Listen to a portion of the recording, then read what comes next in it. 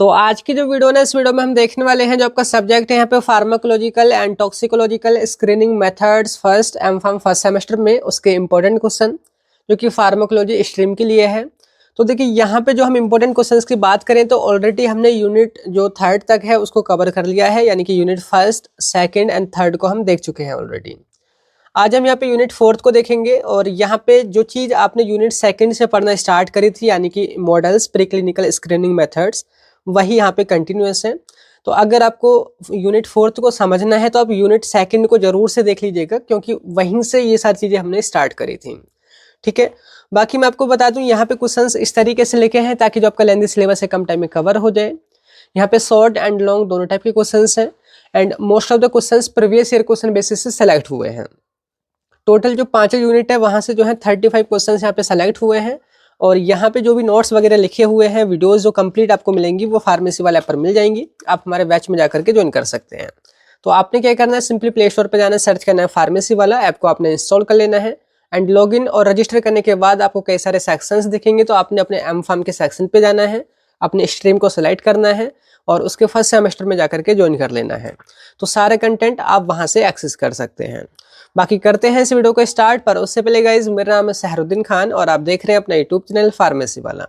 तो यहाँ पे देखिए हम बात करते हैं यूनिट फोर्थ की। तो ये सिंपल वही है जो अभी तक आपने यूनिट सेकंड एंड थर्ड में यहाँ पे पढ़ा था कि pre clinical screening of new substances for the pharmacological activity using in vivo in vitro and other possible animal alternative model.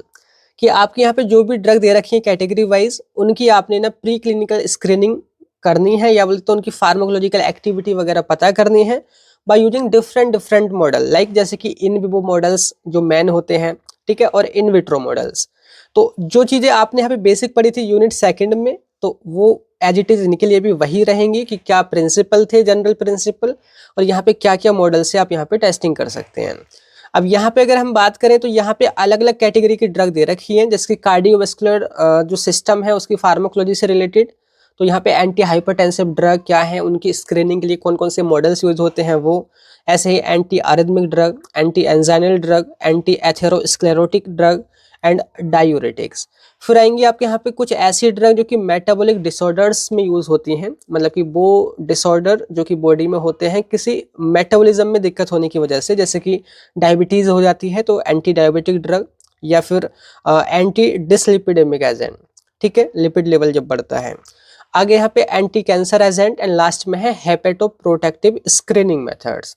तो ये आपका यहाँ पे सिलेबस है। अब यहाँ पे जो सबसे पहले जो क्वेश्चन आपका बनता है वो बनता है एंटी हाइपरटेंसिव से, जो कि पहला जो आपका यहाँ पे कैटेगरी है कार्डियोवास्कुलर फार्माकोलॉजी उसमें है। तो क्वेश्चन यहाँ पे है कि क्वेश्चन नंबर 23 रहेगा स्टार्टिंग से कि right in detail about pre clinical screening models for anti hypertensive drug. अब वही सेम चीजें हैं जो अभी तक हम पढ़ करके आए थे कि यहाँ पे एंटी हाइपरटेंसिव ड्रग क्या है, वर्ड ब्रेकडाउन करना है, डेफिनेशन लिखनी है। ठीक है, मैंने यहाँ पे क्लासिफिकेशन भी उनका ऐड कर रखा है, पर आपने 4-5 ड्रग के एग्जाम्पल लिख देने हैं तुरंत उसके बाद। तो सिंपल क्या होते हैं एंटी हाइपरटेंसिव ड्रग, आपको पता ही होगा, आपने फार्माकोलॉजी में पढ़ा था। एंटी प्लस हाइपरटेंसिव, एंटी का मतलब होता है अगेंस्ट एंड हाइपरटेंसिव बोले तो हाई ब्लड प्रेशर, कि जब भी हमारी बॉडी में ब्लड प्रेशर बढ़ जाता है, नॉर्मल ब्लड प्रेशर आप जानते ही हैं 120/80 होता है। आजकल की जैसे हमारी लाइफ स्टाइल है तो 130 तक भी नॉर्मल हम मानते हैं, पर अगर वो परसिस्टेंट यानी कि लगातार बढ़ा रहे, एक तो होता है कि हम भाग करके आ रहे हैं, सीढ़ी से उतर रहे हैं, चल रहे हैं तब बढ़ रहे हैं, तो टेम्पररी नहीं, जब वो परसिस्टेंट लगातार हाई बीपी बना रहे तो उसको हम हाइपरटेंशन बोलते हैं। तो उसी हाइपरटेंशन या हाई बीपी के खिलाफ या उसके अगेंस्ट जो दवाइयाँ काम करती हैं वही आपकी एंटी हाइपरटेंसिव ड्रग कही जाएंगी। ठीक है, तो anti hypertensive drugs are the medicines that reduce और control high blood pressure by acting on the heart, blood vessels, kidneys और सीएनएस। मतलब कि ऐसी ड्रग जो कि हमारे हाई बीपी को कंट्रोल करती हैं, अलग अलग साइट पर काम करके। कहाँ कहाँ पर? हार्ट पर वो काम करती हैं, ब्लड वेसल्स पे कुछ कैटेगरी की ड्रग काम करती हैं, कुछ किडनी पर भी काम करती हैं और कुछ हमारे सेंट्रल नर्वस सिस्टम पर भी काम करती हैं। अब उनके 4-5 एग्जाम्पल तो आपको याद होंगे ही, जैसे कि आपके यहाँ पे आपने बहुत सारी कैटेगरी की ड्रग पढ़ी थी। बीटा ब्लॉकर में एटेनोलॉल है, मेटोप्रोलोल है, प्रोप्रेनोलॉल है। 4-5 एग्जाम्पल ये हो गए। बाकी और भी हैं जैसे कि एंजियोटेंसिन कन्वर्टिंग एंजाइम, के इनहिबिटर हैं, जैसे कि कैप्टोप्रिल है, एनालेप्रिल है, लिसिनोप्रिल है, रेमिप्रिल है। ठीक है, आगे है एंजियोटेंसिन जो 2 होता है उसके रिसेप्टर के ब्लॉकर, जैसे कि लॉसार्टन है, वालसार्टन है और इर्बेसार्टन है। ठीक है, तो यहाँ पे जो ड्रग दे रखी है आगे देखो, रेनिन इनहिबिटर है, एलिस्किरेन है, अल्फा ब्लॉकर है, प्रोजेसिन है, डॉक्साजोसिन है। और नेक्स्ट में यहाँ पे कैल्शियम चैनल ब्लॉकर भी हैं जो अलग अलग कैटेगरी की होती हैं।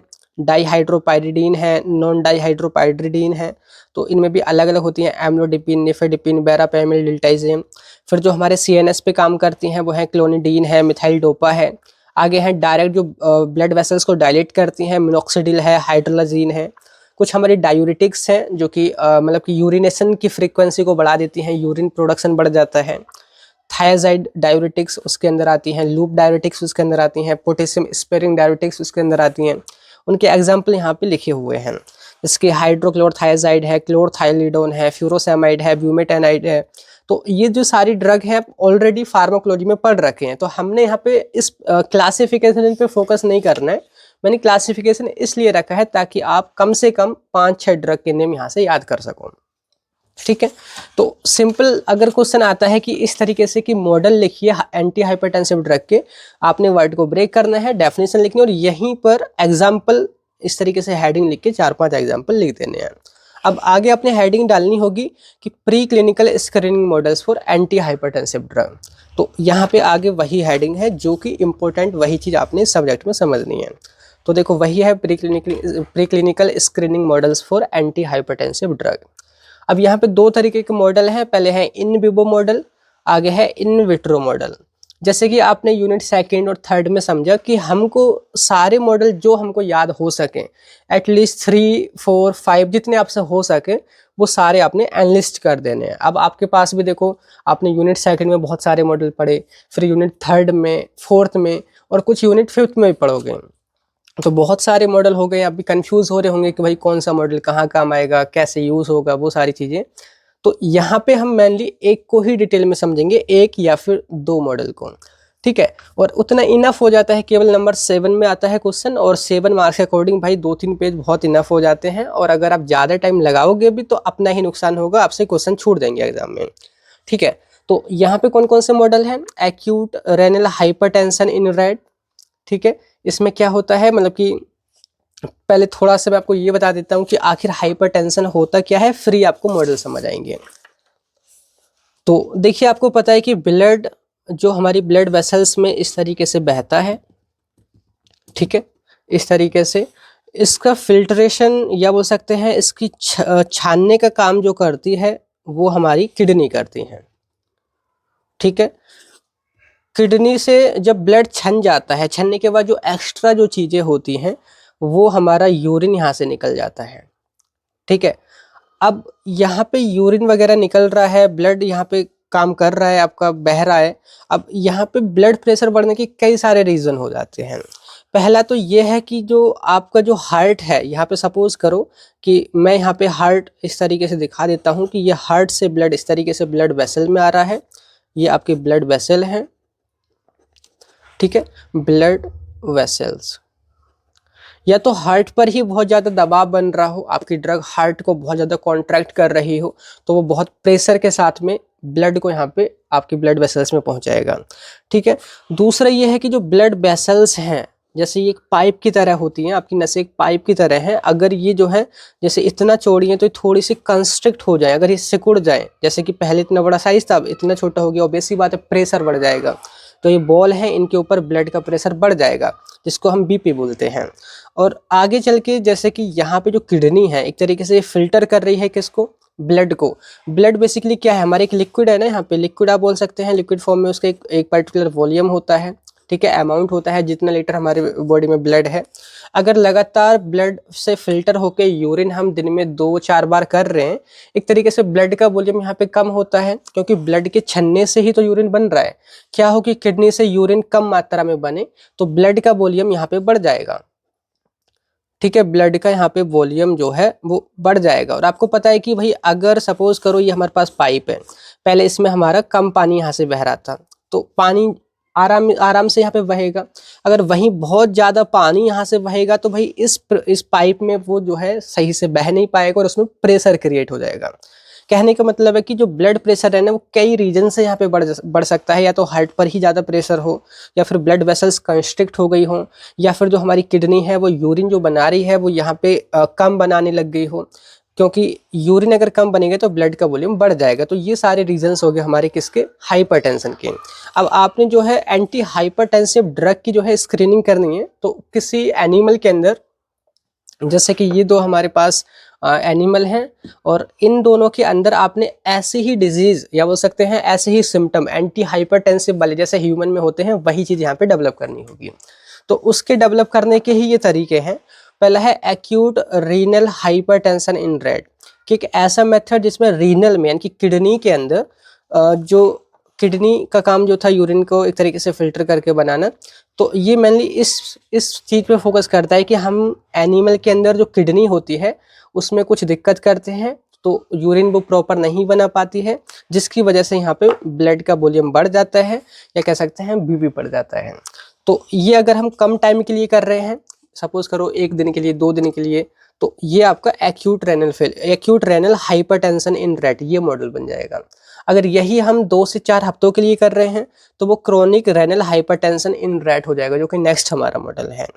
नेक्स्ट है यहाँ पे देखिए वह है न्यूरोजेनिक हाइपरटेंशन इन डॉग्स। देखिए डॉग्स के अंदर बोले तो न्यूरोजेनिक, न्यूरो बोले तो नर्वस सिस्टम, जेनिक बोले तो जनरेट करना, बोले तो नर्वस सिस्टम की मदद से हाइपरटेंशन जनरेट करना डॉग्स के अंदर। अब ये कैसे जनरेट होगा, देखिए आपको पता होगा जो सिंपैथेटिक जो नर्वस सिस्टम होता है, तो इसके अंदर डॉग्स को एनेस्थाइज करते हैं और उनके ब्रेन में जो हाइपोथैलेमस वहाँ से सिंपैथेटिक नर्वस सिस्टम को एक तरीके से स्टिमुलेट करते हैं, और जो एक यहाँ पे केमिकल होता है या आप बोल सकते हैं ट्रांसमीटर एड्रीनलिन या हार्मोन एड्रीनलिन, जिसको हम एपिनेफ्रिन भी बोलते हैं, उसका रिलीज यहाँ से बढ़ जाता है, जो क्या करता है जो हमारी ब्लड वेसल्स पहले इस तरीके से ये चौड़ी थी उसको ये जो है कंस्ट्रिक्ट कर देता है, तो हमारा यहाँ पे बीपी बढ़ जाता है। ठीक है, मैं शॉर्ट में इनको ऐसे ही बता देता हूँ। नेक्स्ट है हमारा डोका and salt induce hypertension in rat. आपको पता होगा जब आप सॉल्ट जैसी डाइट खाते हैं, है ना, खूब ज़्यादा नमक खाते हैं पीते हैं, तो उसकी वजह से क्या है बीपी बढ़ता है। तो सेम वही फंडा यहाँ पे हम अपनाते हैं कि सॉल्ट देते हैं, साथ के साथ डोका एक हार्मोन है जो कि एल्डोस्टेरोन की कॉपी करता है, जो कि बीपी बढ़ाएगा। ठीक है, तो उसकी हम डाइट देते हैं। नेक्स्ट यहाँ पे फ्रक्टोज इंड्यूस्ड हाइपरटेंशन इन रैट। फ्रक्टोज आपको पता है ये हमारी कार्बोहाइड्रेट होती है। जब आप बार बार फ्रक्टोज दोगे ना रैट को, तो उनमें ना इंसुलिन का रेजिस्टेंस डेवलप होगा, जैसे डायबिटीज जैसी कंडीशन। ठीक है, तो इंसुलिन का जब रेजिस्टेंस डेवलप होता है तो हमारा ना सिंपैथेटिक नर्वस सिस्टम एक्टिवेट होता है, और फिर वो वही एड्रेनलिन रिलीज करता है, जिसकी वजह से बीपी बढ़ता है। साथ के साथ किडनी के अंदर दोनों जगह काम होता है। साथ के साथ किडनी के अंदर जो सोडियम जो आयन है और वाटर का रीअब्जॉर्प्शन बढ़ जाता है, बोले तो इनका लेवल ब्लड में बढ़ जाएगा, जिसकी वजह से बीपी भी बढ़ता है। ठीक है, आगे यहाँ पे जेनेटिक हाइपरटेंशन इन रैट्स, और इसको हम स्पॉन्टेनियसली हाइपरटेंसिव रैट भी बोलते हैं। तो देखिए क्या होता है, जिसकी नेम बता रहा है जेनेटिक हाइपरटेंशन। बहुत सारे बच्चों के अंदर जो है ना माता पिता से भी वही चीज़ें या बोल तो बीमारियां आती हैं, तो इसमें भी सेम ऐसे ही हम रैट को सेलेक्ट करते हैं जिनके जो माँ बाप थे उनमें बहुत ज़्यादा हाइपरटेंशन देखा गया था, या बोले तो हम ऐसा रैट सेलेक्ट करते हैं जिसमें ज़्यादा हाइपरटेंशन है और दूसरा कोई रैट है, तो उन दोनों की हम ब्रीडिंग कराते हैं, तो एक हमको ऐसा रैट मिलेगा जो जेनेटिकली जो है हाइपरटेंसिव रहेगा। तो यहाँ पे ऐसा मॉडल हम यूज़ करते हैं। नेक्स्ट यहाँ पे hypertension induced by chronic nitric oxide synthase inhibition. Nitric oxide जो है एक हमारा एक केमिकल है जो कि बेसिकली डायलेशन करता है। जैसे इस तरीके से कंस्ट्रिक्ट हमारी ब्लड वेसल है, तो इसको ना डायलेट करता है कौन, नाइट्रिक एसिड। क्या हो कि नाइट्रिक एसिड को हम बनने ही ना दे, तो नहीं बनेगा, तो नहीं रिसेप्टर से वो बाइंड होगा, हमारा यहाँ पे ब्लड बीपी बढ़ेगा और ये हमारी ब्लड वेसल्स यहाँ पे कंस्ट्रिक्ट हो जाएगी। तो ये सारे हमारे इन विवो मॉडल्स मैंने शॉर्ट में आपको बताए हैं। आगे हमारे इन विट्रो मॉडल्स हैं, जिसके पहले यहाँ पे पल्मोनरी हाइपरटेंशन इंड्यूस्ड बाय मोनोक्रोटालिन। तो मोनोक्रोटालिन की वजह से हाइपरटेंशन इंड्यूस की जाती है। यहाँ पे पल्मोनरी के कुछ आर्टरी वगैरह हम निकालते हैं रैट से या माइस से, तब ये हम चेक करते हैं इन विट्रो। नेक्स्ट यहाँ पे इंडोथेलिन रिसेप्टर एंटागोनिज्म इन पोर्सिन आइसोलेटेड हार्ट। पोर्सिन यानी कि पिग का जो हार्ट है ना, उसको हम आइसोलेट करते हैं और उसके अंदर जो एंडोथेलिन है, एंडोथेलिन बेसिकली एक ब्लड वेसल्स का कॉन्ट्रैक्टर होता है, बोले तो कंस्ट्रिक्ट करता है ब्लड वेसल्स को, एक तरीके से बहुत ज़्यादा इस तरीके से सिकुड़ने का काम करता है। तो हम उसके रिसेप्टर को एंटागोनाइज करते हैं, या हम बोले तो अपने ड्रग से उसको इनहिबिट करते हैं, और हम देखते हैं कि क्या हमारी ड्रग उसको इनहिबिट कर पा रही है या नहीं कर पा रही है। अगर कर पाएगी तो वो हमारी एंटी हाइपरटेंसिव ड्रग कही जाएगी। तो ये सारे मॉडल्स का बेसिक आपको समझ आ गया होगा। पर इसमें से देखिए हमने इन विवो को सिर्फ 1 या 2 कवर करने हैं। मैं आपको सलाह दूंगा 1 ही काफ़ी रहेगा, पर मैं यहाँ पे आपको 2 मॉडल यहाँ पे कराऊंगा। पहले यहाँ पे acute renal hypertension in red, simple है, जैसे कि यहाँ पे हेडिंग है acute renal hypertension in red. Acute बोले तो कम टाइम के लिए, रेनल हाइपरटेंशन इन रेड बोले तो हम ना रेनल यानी कि किडनी के अंदर ना कुछ कमी करेंगे, जिसकी वजह से हाइपरटेंशन जैसे सिचुएशन पैदा होगी। अच्छा समझो, सपोज करो कि हमारे पास ये रैट है, ठीक है, ये रैट हमने लिया, 2 रैट लेंगे बेसिकली, एक हमारा टेस्ट, सॉरी इसको हम हमेशा कंट्रोल लेते हैं, ये हमारा कंट्रोल रहेगा, ठीक है, ये हमारा टेस्ट रहेगा। दोनों की हमने सर्जरी करनी है, सर्जरी करके क्या उसकी यहाँ पे किडनी होगी, किडनी को एक्सपोज करना है, और जो आर्टरी किडनी को ब्लड लेकर के आती है, ब्लड की सप्लाई करती है ना, उसको हम एक क्लम्प की मदद से कुछ टाइम के लिए पार्शियली ब्लॉक कर देते हैं। पार्शियली बोले तो धीरे धीरे ब्लड आएगा, ब्लड जितनी मात्रा में आ रहा था किडनी को उतनी मात्रा में नहीं आएगा। कहने का मतलब है किडनी को ब्लड की सप्लाई कम हो जाएगी। जब किडनी को ब्लड की सप्लाई जब भी कम होती है तो बॉडी में एक सिस्टम स्टार्ट हो जाता है, जिसको आप ऑलरेडी पढ़ रखे हैं, जिसका मैं आपको नाम बता देता हूँ। वह है आपका रास system, renin angiotensin aldosterone system. आपने पढ़ा होगा जब आपने एंटी हाइपरटेंसिव ड्रग का क्लासिफिकेशन पढ़ते हैं, तो बहुत सी ड्रग इसी पर काम करती हैं, ठीक है। तो क्या होता है कि जैसे ही ब्लड की सप्लाई कम होती है, थोड़ा सा मैं आपको ये दिखा देता हूँ कि कैसे ये चीज़ें होंगी। एक इमेज है, मैं दूसरे फॉर्म में दिखा देता हूँ, ठीक है। तो देखिए मेरे पास ये इमेज देखोगे, ये हमारी यानी कि ह्यूमन बींग्स की किडनी है, इससे ही आप एनिमल की भी समझ पाओगे कि ये 2 किडनी है हमारी, और ये आर्टरी है रेड कलर में, ये हमारी वेन है। तो आर्टरी जो है ब्लड लेकर के आ रही है किसके लिए, किडनी के लिए। क्या हो कि जो किडनी के लिए जो आर्टरी ब्लड लेकर के आ रही है, इसको हम आधा बंद कर दें और आधा खोल के रखें, है ना, इनकी पार्शली ब्लॉक कर दें, तो इस वाली किडनी के लिए क्या होगा, ब्लड की सप्लाई कम हो जाएगी, ठीक है। जब ब्लड की सप्लाई कम हो जाएगी तो उसकी वजह से हमारी बॉडी में एक सिस्टम स्टार्ट होगा, रास सिस्टम, ठीक है। होता क्या है, एक हार्मोन या बोल सकते हैं एंजाइम होता है किडनी के अंदर, वो रिलीज होता है, जिसका नाम है रेनिन, ठीक है। रेनिन क्या करता है, एक लीवर के द्वारा एक प्रोटीन बनी होती है जिसका नाम होता है एंजियोटेंसिनोजन, एंजियोटेंसिनोजन, ठीक है। एंजियोटेंसिनोजन एक टाइप की प्रोटीन है, वो इस रेनिन जो कि किसके द्वारा बना है, किडनी के द्वारा। कब बनता है, जब भी हमारी किडनी के अंदर ब्लड की सप्लाई या तो कम होती है ना, या फिर बीपी जब भी कम होता है, तो ये रेनिन क्या है, यहाँ से रिलीज होता है। रेनिन क्या करता है, एंजियोटेंसिनोजन जो लिवर के द्वारा प्रोटीन बनी है उसको जो है रेनिन कन्वर्ट करता है, आपको पता ही होगा, एंजियोटेंसिन 1 में, ठीक है, शॉर्ट में लिख दिया है एंजियोटेंसिन 1 में। अब एंजियोटेंसिन 1 को एक फर्दर एंजाइम इस पर काम करता है, एंजियोटेंसिन कन्वर्टिंग एंजाइम ACE, जो कि इसको कन्वर्ट करता है एंजियोटेंसिन 2 में। अब एंजियोटेंसिन सेकंड जब भी बन जाता है, वो बन करके यहाँ पे कई सारे काम करता है। सबसे पहले तो अपने रिसेप्टर से बाइंड होता है, तो ब्लड वेसल्स को, ये जो है ब्लड वेसल्स जहाँ ब्लड बह रहा है उसको और ज़्यादा कंस्ट्रिक्ट कर देता है, पतला कर देता है इस तरीके से, ठीक है। दूसरा जो एल्डोस्टेरोन जो हार्मोन है, एल्डोस्टेरोन हार्मोन, उसको रिलीज कराता है। एल्डोस्टेरोन हार्मोन मैं आपको बता दूं, वो जब भी रिलीज होता है तो जो किडनी आपका यहाँ पे ब्लड वेसल्स, सॉरी जैसे ये किडनी थी, किडनी आपके ब्लड जो था उसको छान रही थी, तो जब छानने के दौरान बहुत सारे आयंस जैसे कि सोडियम आयन है, क्लोराइड आयन है, या फिर वाटर वगैरह यूरिन में वो जा चुके होते हैं, तो एल्डोस्टेरोन की वजह से वो दोबारा से रीअब्जॉर्ब हो जाते हैं, बोले तो वो दोबारा से जो है ब्लड में ही आ जाते हैं। क्या क्या, जैसे कि सोडियम आयन है, क्लोराइड आयन है, या फिर आपका वाटर है, जिसकी वजह से वाटर का यहाँ पे वॉल्यूम बढ़ जाता है, ब्लड का यहाँ पे वॉल्यूम बढ़ जाता है, ब्लड वॉल्यूम दोबारा से यहाँ पे बढ़ जाता है। ब्लड की मात्रा बढ़ी तो हमने समझा था ब्लड प्रेशर बढ़ेगा, तो इस तरीके से रास सिस्टम एक्टिवेट हो जाता है, और हमको एक ऐसे 2 एनिमल मिल जाते हैं जिनके अंदर कुछ टाइम के लिए, टेम्पररी टाइम के लिए हमने बीपी को बढ़ा दिया है। तो इस तरीके से ये हमारा सिस्टम रहेगा, मॉडल रहेगा कि acute renal hypertension in red. ठीक है, पहले ही समझा देता हूँ, ये हमारा कंट्रोल हो गया, मतलब दोनों में तो हम क्लैंप लगा करके मतलब कि ब्लड की सप्लाई को रोकेंगे ही रोकेंगे। ठीक है, अब इस वाले को हम दवाई नहीं देंगे और इस वाले को हम वो ड्रग देंगे जिसकी आप टेस्टिंग कर रहे हैं। सपोज करो कि आपने जैसे देखिए रेनिन या बोल तो रेनल या बोल तो किडनी के रिलेटेड जो दिक्कत करी है, तो हमको वही दवाई देनी होगी जो इस रास सिस्टम पे काम करती हैं। आप उन्हीं की टेस्टिंग इनसे कर सकते हैं। जैसे यहाँ पे मैं आपको दिखा दूँ, कुछ हमारी यहाँ पे ड्रग थी, जैसे angiotensin converting enzyme ACE inhibitor थी, जैसे कैप्टोप्रिल, इनेलेप्रिल, लिसिनोप्रिल, या angiotensin second receptor blocker, losartan, valsartan, ये सारी, या डायरेक्ट रेनिन इनहिबिटर, एलिस्किरेन। तो आप इन सारी ड्रग की टेस्टिंग कर पाओगे। सपोज करो आपने ये वाली इनमें से कोई भी ड्रग, सपोज करो कैप्टोप्रिल आपने इस ब्लैक वाले जिसको आपने टेस्ट माना है उसको दे दी। ठीक है, अब कुछ टाइम बाद इन दोनों का बीपी यहाँ पे कंपेयर किया जाएगा। अगर इसका बीपी ज़्यादा रहता है और इसका कम रहता है, इसका मतलब यहाँ पे दवाई ने असर किया है, वो एंटी हाइपरटेंसिव है। सिंपल सा कॉन्सेप्ट है, अगर कॉन्सेप्ट समझ आ गया तो पूरा आप लिख करके आ सकते हैं। तो यहाँ पे लिखा है प्रिंसिपल की, लिखा है in this model hypertension is produced by reducing blood flow to the kidney through renal artery constriction.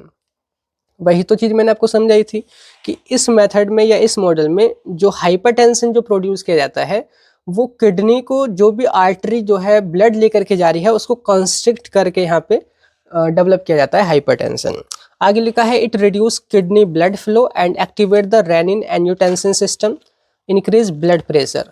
कि क्या होता है कि जब भी हम किडनी को ब्लड फ्लो कम करते हैं तो रास सिस्टम एक्टिवेट होता है, जिससे बीपी बढ़ता है। बीपी बढ़ता कैसे है वो मैंने आपको यहाँ पे बताया था अभी। ठीक है, it mimics renal dysfunction related hypertension in human. ये जैसे ह्यूमन के अंदर किडनी में दिक्कत हो जाती है जिसकी वजह से बीपी बढ़ता है, सेम उसी की नकल करने वाला मॉडल है। अब कैसे ये प्रोसीजर कैसे होगा, सबसे पहले आप दो ग्रुप लेंगे, एक आपका टेस्ट रहेगा, एक आपका यहाँ पे मतलब सॉरी ये हमारा कंट्रोल है, ये हमारा टेस्ट है। दो ग्रुप रहेगा, तो उनको अपने एनेस्थाइज करना है। रेट को लिखा है कि anaesthetise the rat and expose one renal artery. एक रेनल आर्टरी को एक्सपोज करना है, बोले तो कट करके एक्सपोज करना है, आर्टरी को देखना है। Partially clamp the artery to reduce blood flow. किसी एक पिन रहती है, कुछ सिल्वर की छोटी सी पिन होती है जिसकी वजह से उस आर्टरी को हम दबा देते हैं, यानी कि ब्लड की सप्लाई कम होती है। ठीक है, अब लिखा है कि measure blood pressure before and after clamping. Clamping करने के बाद कितना प्रेशर आ रहा है ब्लड में, या फिर उससे पहले क्या ब्लड प्रेशर था, वो आपने चेक करना है और ये नोट करना है क्या सच में हाइपरटेंशन यहाँ पे पैदा हुआ या फिर नहीं हुआ। देन उसके बाद अपने टेस्ट ड्रग को इंट्रोड्यूस करना है, किसके अंदर, उस एनिमल के अंदर जिसको आपने यहाँ पे टेस्ट माना है। ठीक है, फिर बाद में ऑब्जर्व करना है कि बीपी उस दवा के देने के बाद कम हो रहा है या फिर नहीं हो रहा है। सिंपल सा है। ऑब्जर्वेशन में क्या रहेगा, अगर ब्लड प्रेशर कम हो रहा है हमारे टेस्ट एनिमल के अंदर, यानी कि एंटी हाइपरटेंसिव एक्टिविटी है। ठीक है, यूज़ क्या है, use to test drug acting on the renin angiotensin system. ये उन ड्रग की टेस्टिंग के लिए है जो कि रेनिन एंजियोटेंसिन सिस्टम पे काम करती हैं, जैसे कि ACE इनहिबिटर्स हैं, या फिर एंजियोटेंसिन सेकंड जो रिसेप्टर है उसके ब्लॉकर हैं, या फिर आपके यहाँ पे डायरेक्टली रेनिन इनहिबिटर थी। ठीक है, ये आपका मॉडल हो गया, सिंपल समझ आ गया। अब मैं आपको एक प्लस चीज़ यहाँ पे बता देता हूँ कि अगर लॉन्ग में क्वेश्चन आ जाता है और आपको लगता है कि कंटेंट कम है, सेम यही मॉडल एज इट इज़ रहेगा। देखो, क्रोनिक रेनल हाइपरटेंशन इन रेट है ना, बस यहाँ एक्यूट था, ये केवल 1 या 2 दिन के लिए किया जाता है। बस यहाँ पे जो पिन है ना, वो कम से कम 2 से 4 हफ्तों के लिए लगाई जाती है। बोले तो बहुत लंबे टाइम तक का हम एक तरीके से इस पर टेस्ट करते हैं ड्रग का लॉन्ग इफेक्ट जानने के लिए। तो हम ऐसे ही किडनी की जो आर्टरी जो होती है, जो ब्लड लेकर के आ रही है, उसको 2 से 4 हफ्तों के लिए ऐसे ही पार्शली ब्लॉक करते हैं। और जो यहाँ पे आपका हाइपरटेंशन जो नोट किया जाता है, तो ये वाला मॉडल बनेगा। ठीक है, एज इट इज़ हो गया। बाकी नेक्स्ट जो मैंने मॉडल कराया ना, वो है डोका साल्ट इंड्यूस हाइपरटेंशन कराया है। तो यहाँ पे वही है, डोका साल्ट इंड्यूस हाइपरटेंशन इन रेट। अब इसका प्रिंसिपल क्या है, सिंपली तो देखोगे जैसे कि यहाँ पे डोका की जो फुल फॉर्म है वो लिखी हुई है डीऑक्सीकोर्टिकोस्टेरॉन एसीटेट, जिसका पूरा नाम यहाँ पे शॉर्ट में बनता है डोका। तो सिंपल क्या है डोका, डोका हमारा क्या है, सिंथेटिक मिनरलो कोर्टिकोइड हार्मोन है। मतलब कि एक हार्मोन है जैसे कि एल्डोस्टेरोन था। एल्डोस्टेरोन अभी आपने देखा था, एक हार्मोन जो कि रिलीज होता है जब एंजियोटेंसिनोजन जो है बाइंड करता है, और ये क्या करता है, सोडियम क्लोराइड या और भी जो आयंस होते हैं उनका रीअब्जॉर्प्शन बढ़ाता है और वाटर का कंटेंट बढ़ाता है। इसकी वजह से ब्लड वॉल्यूम बढ़ जाता है और बीपी यहाँ पे उसकी वजह से फिर बढ़ जाता है। तो डोका सेम वही काम करेगा जैसे कि हमारे शरीर में एल्डोस्टेरोन करता है, तो उसके ही काम को मिमिक करेगा। दूसरी तरफ जुड़ा है सॉल्ट। आपको पता है सॉल्ट में क्या होता है, बोले तो NaCl, सोडियम क्लोराइड आयंस रहेंगे, और जितने ज़्यादा आप सॉल्ट लोगे आपका बीपी उतना ज़्यादा बढ़ेगा। ये आपको पता ही है, जो भी आप साल्टी चीज़ खाते हो जिससे बीपी बढ़ेगा। तो यहाँ पे वही करेंगे, जो आपके दो एनिमल रहेंगे उनको हम एक तरीके से डोज देते हैं, या उनको एक तरीके खाने के रूप में क्या क्या देते हैं, डोका और सॉल्ट वाली डाइट देते हैं दोनों को। तो कुछ दिनों बाद जब आप उनका ट्रीटमेंट करते हैं, या बोले तो उनको ये चीज़ें प्रोवाइड करते हैं 1 हफ्ता 2 हफ्ता 4 हफ्ता, तो उनके अंदर जो है यहाँ पे हाइपरटेंशन डेवलप हो जाता है। तो अब ये हमारे मॉडल बन गए हाइपरटेंशन के। अब हम इनमें से एक जो हमारे यहाँ पे टेस्ट रहेगा उसके ऊपर कोई भी टेस्ट ड्रग देंगे जिसके आप टेस्टिंग कर रहे हैं, और फिर कंपेयर करेंगे कि इसके कंपेयर में बीपी कम हो रहा है या फिर नहीं हो रहा है। ठीक है, सिंपल सा वही लिखा है कि डोका combined with A high salt diet causes sodium and water retention. ठीक है, जिसकी वजह से ब्लड वॉल्यूम बढ़ता है और हाइपरटेंशन यहाँ पे पैदा होता है। सेम ऐसे ही जैसे जब आप हाई डाइट लेते हैं सॉल्ट वाली तब आपका बीपी बढ़ जाता है, या मिनरल कोर्टिकोइड की वजह से। ठीक है, मिनरल कोर्टिकोइड बोले तो एक ऐसा आपका हार्मोन जो मिनरल वगैरह को रीअब्जॉर्ब कराता है। ठीक है, अब इसका प्रोसीजर क्या है, तो आपने अपना हेल्दी जो भी रैट वगैरह है उसको सिलेक्ट करना है। विस्टार रैट हुआ, स्प्रैगडेली रैट हुआ, वो सिलेक्ट करना है। आपने उनकी एक किडनी को निकाल लेना है। देखो अब आप बोलोगे किडनी क्यों निकालनी है, अब इन दोनों एनिमल्स की जब आप एक किडनी निकाल लोगे, सिर्फ एक ही रहेगी, तो यहाँ पे जो बीपी है ना वो कम ही टाइम में ज़्यादा बढ़ेगा, बोले तो जल्दी रिजल्ट आएगा और कंसिस्टेंट रिजल्ट रहेगा। अदरवाइज अगर आप एक किडनी नहीं निकालते, तो अगर यहाँ पे आप ये वाली डाइट देते तो हो सकता है दोनों किडनी मिला जुला करके उस काम को कर लेती, तो एक किडनी पे लोड पड़ेगा तो बीपी यहाँ पे बढ़ेगा। ठीक है, तो रिमूव 1 किडनी जिसको हम बोलते हैं यूनी नेफ्रेक्टोमी अंडर एनेस्थीसिया, उसको एनेस्थाइज करके। ठीक है, उसके बाद में आपने जो है डोका का इंजेक्शन लगाने हैं वीक में 2 बार। कैसे देना है, 25 मिलीग्राम पर केजी के हिसाब से देना है, सबक्यूटेनियसली देना है। और साथ के साथ उनको पीने के लिए जो है 1% NaCl का सोल्यूशन देना है। कितने दिन तक, 4 से 6 हफ्ते तक ये लगातार करना है, और उसके बाद क्या हो जाएगा, यहाँ पे हाइपरटेंशन डेवलप हो जाएगी। इसके बाद देखिए लिखा है कि measure blood pressure weekly using the tail cuff method, कि जो भी आप डाइट दे रहे हैं या फिर यहाँ पे जो हार्मोन आप जो दे रहे हैं उसका रिजल्ट आ रहा है, हाइपरटेंशन हो रहा है नहीं हो रहा है, वो आपने ना हर हफ्ते माप लेना है। अब यहाँ पे जो मेथड रहेगा वो टेल कफ मेथड रहेगा। जैसे हम बीपी मापते हैं अपने बाजू में या बाइसेप में, वो जो कफ होता है उसको बांध लेते हैं और प्रेशर से हम मापते हैं। तो सेम यहाँ पर भी क्या होता है, इनकी जो पूंछ होती है ना, टेल के ऊपर ऐसा ही जो है एक मतलब कि मशीन लगती है, और वो आपको क्या बताती है, बीपी बताती है। थोड़ा सा मैं उसकी इमेज यहाँ पे आपको दिखा देता हूँ कि देखो कुछ इस तरीके का ये होता है। दिख रहा है आपको कि जो आपका एनिमल है उसको एक बॉक्स में रखते हैं, केज में, और उसके ऊपर ये कफ यहाँ पे लगाते हैं जिसकी मदद से यहाँ पे बीपी हमारा मापा जाता है। ठीक है, पूरी इमेज आप इस तरीके से यहाँ पे देख सकते हैं, समझ गए। अब ये चेक करते रहना है आपने हर हफ्ते। तो जब भी हाइपरटेंशन हो जाएगा, यानी कि आफ्टर हाइपरटेंशन डेवलप, तो आपने अपनी टेस्ट ड्रग देनी है। तो यहाँ पे जो आपका ये एनिमल जिसको आपने एक टेस्ट ग्रुप बनाया है उसमें अपनी ड्रग देनी है, और फिर देखना है कि अब बीपी में कितना कमी आ रही है, और इससे यहाँ पे आपने कंपेयर करना है। तो इस तरीके से क्या करोगे, आप टेस्टिंग करोगे, स्क्रीनिंग करोगे। ठीक है, तो ऑब्जर्वेशन में क्या लिखोगे कि अगर ब्लड प्रेशर कम होगा, यानी कि एंटी हाइपरटेंसिव एक्टिविटी। ये यूज़ क्या है, ये यूज़ किया जाता है डायरेटिक्स की स्क्रीनिंग के लिए, एसई इनहिबिटर्स की स्क्रीनिंग के लिए, एंड वैसोडायलेटर्स की स्क्रीनिंग के लिए। तो इस तरीके से ये हमारे मॉडल्स हो गए, और इतना बहुत इनफ हो गया है आपका एंटी हाइपरटेंसिव ड्रग की स्क्रीनिंग में। ठीक है, अब इसके बाद देखिए नेक्स्ट क्वेश्चन यहाँ पे वो है analyst the screening models for anti arrhythmic drug, जो कि शॉर्ट में आ जाता है। ये आपने इसके मॉडल को एनलिस्ट करना है। तो यहाँ पर है एंटी अरिथमिक्स, अभी हमने ये देखा था। तो एंटी अरिथमिक क्या होती है, पहले तो वही बतानी है ड्रग, फिर एग्जाम्पल लिख देने हैं 4-5, देन उनके मॉडल्स को आपने एनलिस्ट करना है। तो देखिए पहला है यहाँ पे simply word breakdown anti plus arrhythmic, कि जब हमारी हार्ट बीट इरेगुलर हो जाती है, कभी कम कभी ज़्यादा, तो उसको हम अरिथमिया बोलते हैं। इतना हमको पता है अभी। तो अगर नहीं भी पता है तो देखिए सिंपली एंटी बोले तो अगेंस्ट, अरिथमिया बोले तो इरेगुलर हार्ट बीट।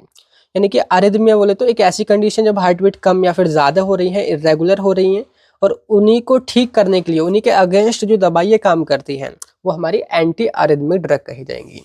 तो सिंपल यहाँ पे डेफिनेशन है, anti arrhythmic drugs are those medicines which are used to prevent और treat irregular heart beats and help in maintaining normal heart rhythm, कि ऐसी दवाइयाँ जो कि इरेगुलर हार्ट बीट को ठीक करती हैं और हमारी जो हार्ट रिदम उसको नॉर्मल करती हैं, वो हमारी एंटी अरिथमिक ड्रग कही जाती हैं। ठीक है, एग्जाम्पल जैसे कि यहाँ पे क्यूनिडीन है, प्रोकेनामाइड है, लिग्नोकेन है, डाइसोपायरामाइड है, बेरापेमिल है, लिटाइजेम है, ये सारे इसके एग्जाम्पल हो गए। अब इनकी स्क्रीनिंग आपने करनी है तो शॉर्ट में आपने बस उनके मॉडल्स यहाँ पे एनलिस्ट करने हैं। अगर बाई चांस अगर डिटेल में भी आ जाता है तो मैं भी आपको समझा दूंगा, आप उनके बारे में लिख करके आ सकते हैं। कैसे? तो यहाँ पे हेडिंग है screening models for anti arrhythmic drug.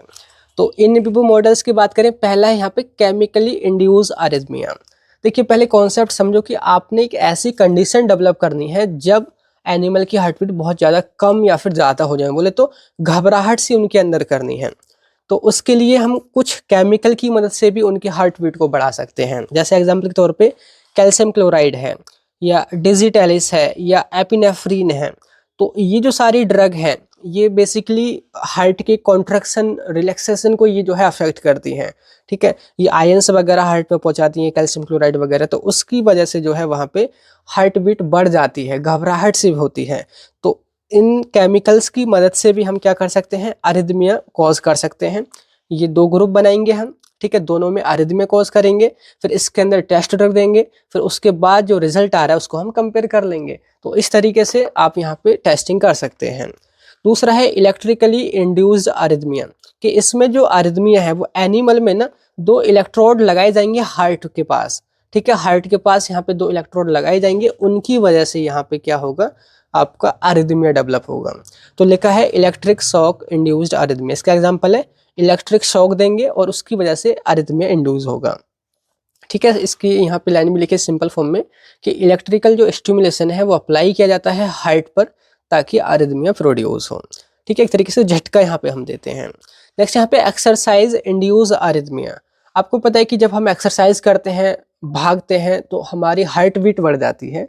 तो सेम ऐसे ही हम एक मॉडल बनाते हैं कि आपके ये जो एनिमल होते हैं ना, उनको हम ट्रेड मिल जो होती है, रनिंग जो बेल्ट होती है, जो जिम में जो भागते हैं ना जिस बेल्ट के ऊपर, उसको हम ट्रेडमिल बोलते हैं। तो उस पर इनको दौड़ाया जाता है। ठीक है, अब दोनों जने ये दौड़ेंगे तो सिंपल सी बात है, इनकी हार्ट बीट बढ़ जाएंगी। अब एक है, इसको हमने टेस्ट माना है ग्रुप, तो इसके अंदर हम अपनी ड्रग दे देंगे। तो ड्रग देने के बाद फिर इसको हम दौड़ाएंगे और साथ के साथ ये भी दौड़ता रहेगा। फिर हम देखेंगे कि इसकी जो हार्ट बीट है उनमें कमी आ रही है या नहीं आ रही है। तो सिंपल है कि आप यहाँ पे फिजिकल एक एक्सरसाइज करा रहे हो, उसकी वजह से स्ट्रेस दे करके अरिथमिया आप इंड्यूस कर रहे हो। तो ये हो गया। आगे है मैकेनिकली इंड्यूस्ड अरिथमिया, कि यहाँ पे आप मैकेनिकली जो हार्ट वॉल है, यानी कि जो मायोकार्डियम होती है, वहां पर कुछ प्रेशर लगाओगे। मतलब कि आप पहले यहाँ पे कट करोगे हार्ट के पास, मायोकार्डियम बोले तो हार्ट दिखेगा, हार्ट की मसल दिखेगी, वहां पर आप प्रेशर लगाओगे या वहां पे आप स्ट्रेच वगैरह करोगे दोनों एनिमल में, तो उसकी वजह से अरिथमिया डेवलप होगा, इरेगुलर हार्ट बीट। ठीक है, तो ये मैकेनिकल इंड्यूस अरिथमिया हुआ। अब इन विट्रो मॉडल्स भी हैं, जैसे लैंगेनडॉर्फ्स आइसोलेटेड हार्ट टेक्निक, ये साइंटिस्ट का नेम है। तो यहाँ पे क्या है, सिंपल आइसोलेटेड रैबिट और गिनी पिग हार्ट, इसमें हम गिनी पिग का हार्ट या रैबिट का हार्ट को आइसोलेट कर लेते हैं, उसके बाद में यहाँ पे हम अलग अलग ड्रग को टेस्ट करते हैं। ठीक है, नेक्स्ट यहाँ पे acetyl choline and potassium induced arrhythmia. Acetyl choline और जो पोटेशियम है, ये अगर हम जो हार्ट का पार्ट है उसको आइसोलेट करके उनके ऊपर अगर लगाते हैं या डालते हैं एसिटाइल कोलिन और ये पोटेशियम वगैरह, तो एसिटाइल कोलिन आपको पता है कॉन्ट्रैक्शन वगैरह करेगा हार्ट बीट, या बोल तो वहाँ पे बीट को बढ़ाएगा, साथ के साथ पोटेशियम रिलैक्सेशन करता है। तो ये दोनों मिलाकर के यहाँ पे अरिथमिया कॉज कर सकते हैं। ठीक है, तो इस तरीके से हमारे इन विट्रो मॉडल्स हो गए। तो ये सारे हमारे शॉर्ट में थे और ये लॉन्ग में भी आएगा तो आप यहाँ पे कर सकते हैं। एंड इसके बाद देखिए नेक्स्ट क्वेश्चन यहाँ पे देखिए वो है describe pre clinical screening models for evaluation of anti diabetics. जो एंटी डायबिटिक ड्रग है उनके एवेल्युएशन के लिए जो भी सारे मॉडल्स हैं वो आपने बताने हैं, जो कि 10 नंबर में क्वेश्चन बनता है। तो यहाँ पे देखिए आपके सिलेबस में देखोगे यहाँ पे ड्रग्स फॉर मेटाबॉलिक डिसऑर्डर्स, जो मेटाबॉलिक डिसऑर्डर हो जाते हैं जैसे कि एंटी डायबिटिक ड्रग, उनके बारे में यहाँ पे पूछा जाएगा 10 नंबर में। तो सिंपली पहले तो आपने वर्ड को ब्रेक करना है कि एंटी डायबिटिक ड्रग क्या है, मतलब कि ऐसी दवाइयाँ जो कि डायबिटीज़ को ठीक करती हैं, और उनके एग्जाम्पल लिख देने हैं। फिर हेडिंग लगेगी कि भाई pre clinical screening models for anti diabetic drug, तो वो सारे मॉडल्स को एनलिस्ट करना है, फिर किसी एक को या दो को अच्छे से बता देना है। ठीक है, तो वर्ड ब्रेक डाउन करना है। एंटी बोले तो अगेंस्ट, डायबिटिक बोले तो रिलेटेड टू डायबिटीज। डायबिटीज आप जानते ही हैं एक ऐसी कंडीशन जब हमारे ब्लड में जो ग्लूकोज का लेवल है वो बढ़ जाता है, उसको हम डायबिटीज बोलते हैं। ठीक है, तो सिंपल यहाँ पे वही रहेगा कि anti diabetic drugs are those medicine which are used to reduce, control और maintain normal blood glucose level in patient suffering from diabetes mellitus. एक ऐसी ड्रग या वो सारी ड्रग जो कि डायबिटीज मेलाइटस से जो भी पेशेंट सफ़र कर रहे हैं, जिनमें जो उनका ब्लड ग्लूकोज लेवल बढ़ा होता है, तो उनको बराबर मेंटेन करने के लिए या बोले तो कंट्रोल करने के लिए जो भी दवाइयाँ यूज़ करते हैं वही है हमारी एंटी डायबिटिक ड्रग। अभी कैसे काम करती हैं? This drug help by increasing insulin secretion, improving insulin sensitivity और reducing glucose absorption and production in the body. कि आपको पता है भाई इंसुलिन जब कम बनता है तब भी डायबिटीज़ हो जाती है, या इंसुलिन की सेंसिटिविटी कम हो जाती है, रिसेप्टर्स पे बाइंड होने पर भी कुछ फ़र्क नहीं पड़ता, तब भी यहाँ पे डायबिटीज़ देखी जाती है। या बहुत ज़्यादा ग्लूकोज आप ले रहे हैं या प्रोडक्शन हो रहा है या एब्जॉर्प्शन उसका ज़्यादा हो रहा है, तो इन सभी कामों को यहाँ पे ये हमारी ड्रग रोकेगी। जैसे यहाँ पे ये इंसुलिन के लेवल को बढ़ाएगी, ठीक है। दूसरा इंसुलिन की सेंसिटिविटी को बढ़ाएगी। बाकी जो आपके एब्जॉर्प्शन ज़्यादा हो रहा है ग्लूकोज का सेल के अंदर, या ग्लूकोज का ज़्यादा प्रोडक्शन हो रहा है, तो उसको ये रोकेगी। ठीक है, अब कौन कौन सी ड्रग हैं? ड्रग 4-5 एग्जांपल याद रखने हैं। ये पहले तो हमारी इंसुलिन या इंसुलिन के एनालॉग हैं, जैसे रेगुलर इंसुलिन होता है, या अलग अलग कैटेगरी का या रेट ऑफ एक्शन के बेसिस पे अलग अलग टाइप के इंसुलिन मिलते हैं मार्केट में। NPH इंसुलिन है, इंसुलिन ग्लार्गिन है, इंसुलिन लिस्प्रो है। ठीक है, तो ये इंसुलिन के ही कई सारे टाइप हैं। बाकी जो हमारी अगर हम ओरल जो हाइपोग्लाइसेमिक ड्रग की बात करें, तो यहाँ पे अलग अलग कैटेगरी की ड्रग आपने पढ़ी होंगी B.Pharm में, जैसे सल्फोनिल यूरियाज है, ग्लीबेनिक्लामाइड है, ग्लिपिजाइड है, ग्लिमिप्राइड है, वाइगवानाइड्स हैं जिसमें मेटफॉर्मिन आता है, आपका यहाँ पे है थायाजोलिडाइंडियोन्स, पियोग्लाइटाजोन है, रोसिग्लाइटाजोन है। आगे है अल्फा ग्लूकोसाइडेज इनहिबिटर जैसे कि एकार्बोज है, मिग्लिटोल है। आगे यहाँ पे मैग्लिटिनाइड्स, नोटिग्लिनाइड वगैरह, रेपाग्लिनाइड वगैरह। तो ये बहुत सारे ड्रग के एग्जांपल हैं। सीटाग्लिप्टिन है, लिनाग्लिप्टिन है, विल्डाग्लिप्टिन है। आगे यहाँ पे बहुत सारे एग्जांपल हैं, तो इनमें से कोई 4-5 अपने एग्जांपल याद रखने हैं। मेन जो यहाँ पे सिलेबस में है वो है pre clinical screening models for anti diabetic drug. तो पहले सभी को यहाँ पे एनलिस्ट कर दिया है, इन विवो मॉडल्स, फिर यहाँ पे है इन विट्रो मॉडल्स। इसके बाद देखिए यहाँ पे आगे जो भी आपके सारे मॉडल्स हैं और क्वेश्चंस वगैरह हैं, ये कंप्लीट तो आपको फार्मेसी वाले ऐप पर मिलेंगे। ठीक है, आप हमारे बैच में जाकर के ज्वाइन कर लीजिए, वहाँ पे सारी कंप्लीट वीडियो आपको मिल जाएगी, और इसके अलावा जो नोट्स PDF वगैरह है वो भी सारा वहीं पे मिल जाएगा। अब ज्वाइन कैसे करना है मैंने वो स्टार्टिंग में ही आपको बता दिया था। ठीक है, तो यही था आज के इस वीडियो में। बाकी फिर मिलते हैं किसी नेक्स्ट वीडियो में, तब तक के लिए bye bye, thank you, have a nice day.